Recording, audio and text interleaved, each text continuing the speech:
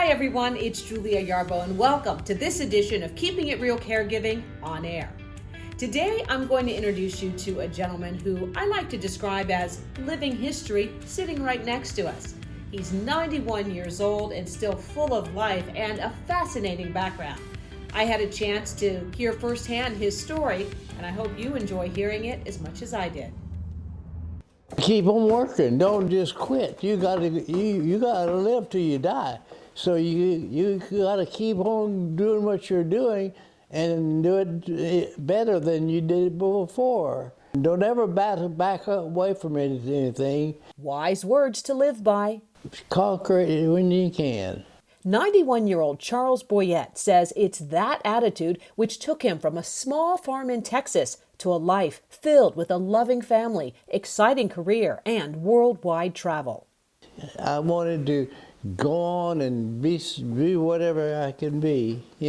Work to do was try to do the very best I could wherever I might happen to be. I first met Charles February of 2020. He lived at the same care facility as my mother. I would often join them for lunch and listen as this man, who seemed so regal and distinguished, would share stories of his life. Mom would later say to me, "I'm not sure if Charles is making these stories up or if he really did all those things." His son Mark verified much of the life adventure. These are some of the things that we've got to remember. We've got to talk to them about and get to know all of this history because it's firsthand. A young Charles Boyett joined the U.S. Air Force, says he worked on test airplanes. I'd never been out of the United States myself at all, but before it was all said and done, I've been around the world. So I feel like I was successful in doing that. He says he traveled the world helping to deliver vaccines in the fight against polio. He worked alongside teams developing the SAM lung. That's a smaller cousin to the iron lung, which would fit into an airplane. Dad is much more than what he is now.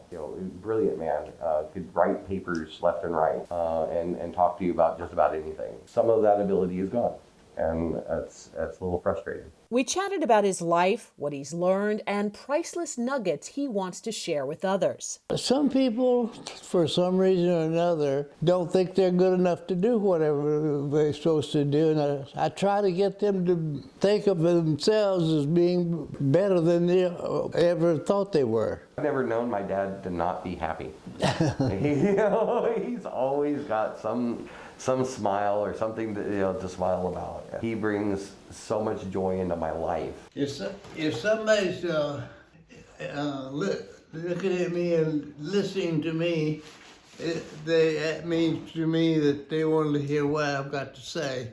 And if I do that, I feel like I've accomplished something in the world. So, what an inspiration, Charles Monroe Boyett, 91 and still full of life and great stories. If you enjoyed that, be sure to subscribe to our YouTube channel. Also, follow us on Twitter, on Facebook, and Instagram. And you can check out our podcasts.